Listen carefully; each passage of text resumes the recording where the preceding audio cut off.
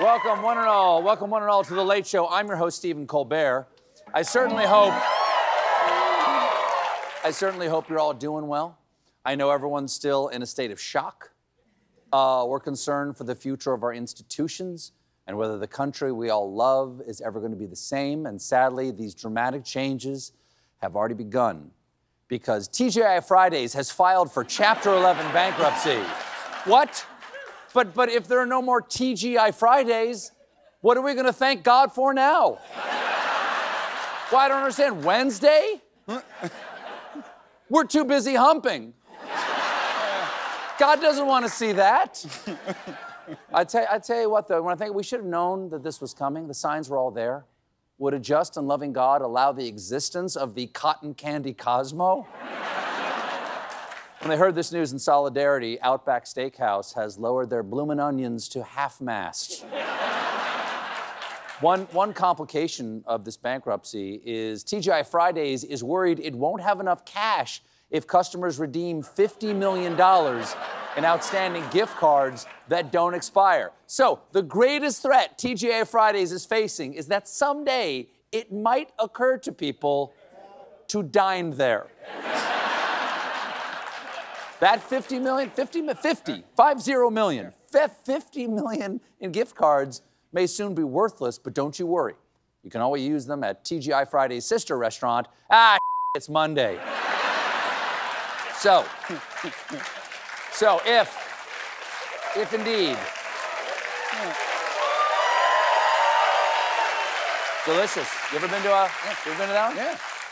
So if this is the end, let us take a moment to say goodbye to TGI Fridays. Rest in peace, loaded potato skins, whiskey-glazed sesame strips, boneless buffalo shrimp, boneful electric tater, cheddar-baked boneless bones, bourbon-battered maple-loaded beer-fried donkey poppers, paint-splash basket skunk, and honey-drunk monkey nuts. You know why? You know why monkey? You know why I'm laughing at the monkey? And remember, no matter what happens, it will always be Friday in here. It's also day 2 of Trump being president-elect again. And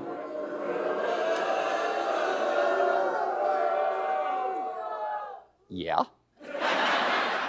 But he's already reaping the benefits. For instance, the DOJ is moving to wind down his criminal cases before he takes office, both the January 6th case and the classified documents trial. So, after years of investigation into Trump's many crimes, including trying to overthrow the U.S. government, everything's just totally cool. It reminds me of that classic song, I fought the law and what? I won? How is that possible? This disturbing legal precedent has already spawned a slew of new crime dramas.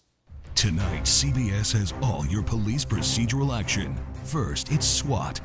The elite tactical unit arrests the leader of a drug ring who's released after he's elected president.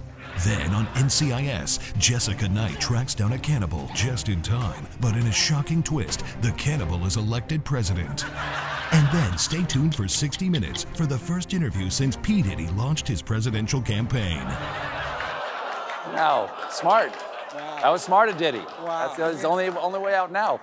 We still don't know the entire parade of clowns, degenerates, and in-laws that Trump will have running this country, but one guy we know will have a major role is RFK Jr. Now, if you're not familiar with him, it's probably because he ran for president and nobody cared. But we're familiar with him because he's done a whole mess of crazy stuff, including, but not limited to, admitting to dumping a dead bear in Central Park as a prank, living with an emu who would regularly attack his wife, owning 2 ravens who meditate with him every morning, bragging about his freezer full of roadkill, and beheading a whale, then strapping it to the roof of his minivan for a 5-hour drive home. Now, that sounds deranged, but he actually has a good reason for all of this. A worm got into his brain and ate a portion of it and then died.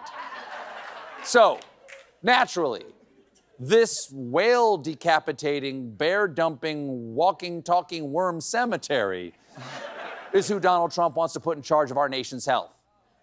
Here he is last week, Robert F. Kennedy cares more about human beings and health and the environment than anybody. I'm going to let him go wild on health. I'm going to let him go wild on the food. I'm going to let him go wild on medicines. Oh, good. Because that's exactly how I like my medicine. Wild. It's just like the directions on the pill bottle say, go crazy balls every 2 to 4 hours with food. And, right? Just freak out. Freak out twice a day. I got something. A little something. And RFK Jr. is ready for his wilding. Here he is yesterday talking about food deregulation. Why do we have Fruit Loops in this country that have 18 or 19 ingredients, and you go to Canada and it's got 2 or 3? Now, I'm not the smartest guy in the room. There were no worms lining up to eat portions of my brain, but I went to the Kellogg's Canada website, and it turns out the Canadian Fruit Loops actually have 26 ingredients. And that doesn't even count the gravy, which Canadians use to make fruitine. Now, Trump's... Thank you. Thank you. Thank you. Trump's election may also impact the war in Ukraine. Right now, his buddy Putin's running so low on manpower that, according to the Pentagon, North Korea has sent 10,000 troops to Russia. And so far, they seem to be having a pretty good time because while Russian internet access isn't exactly a free-for-all, it is freer than in North Korea, and thanks to their newfound online freedom, North Korean troops are gorging on pornography. Well, in that case, welcome, North Korean soldiers, to the world of tomorrow. Now, since you're newbies, I want to give you a little bit of advice. You're going to see a bunch of pop-up ads for single MILFs in your area. But just know they are totally real. In fact, most of the MILFs are hiding in Ukrainian tanks. And if you want a glimpse, you just have to look down that really long peephole on the front of the tank and then knock on the armor and say, "Give it to me!" So, now...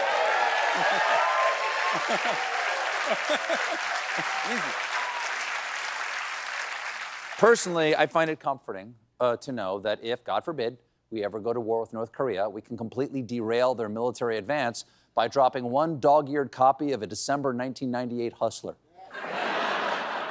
Sex isn't the only thing that's sure to amaze North Koreans. They'll be awestruck that in America, one man can be a doctor, a soldier, a lawyer, a priest, and even a pizza delivery guy.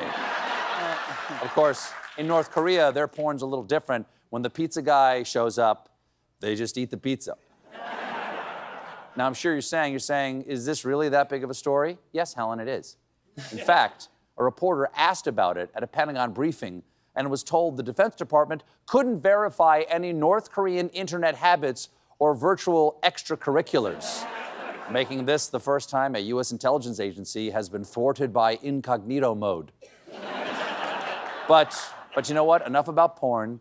Let's talk about sex. There is a scandal rocking Equatorial Guinea. And for those of you who don't remember where that is, it's the Guinea that's on the equator. Anyway, their top financial investigator is a guy named Baltazar Ibang Ngonga. And he is in some hot water after more than 400 of his sex tapes have leaked out, some of them with wives and relatives of senior government officials. So one thing we know about Ngonga, Ibang.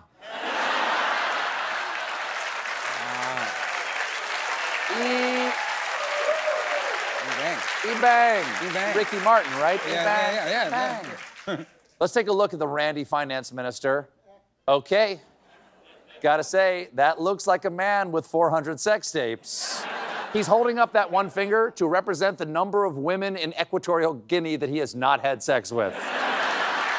By, you know what I mean? You know what I'm saying? You know what I'm saying? By the way, most of these sex tapes, and this is true, were filmed in his office. So authorities have announced plans to install surveillance cameras in government offices. You listen up, mister. If you don't stop making these sex tapes, we will install more cameras from every angle. And if that doesn't work, we're gonna fill your desk with so much lube.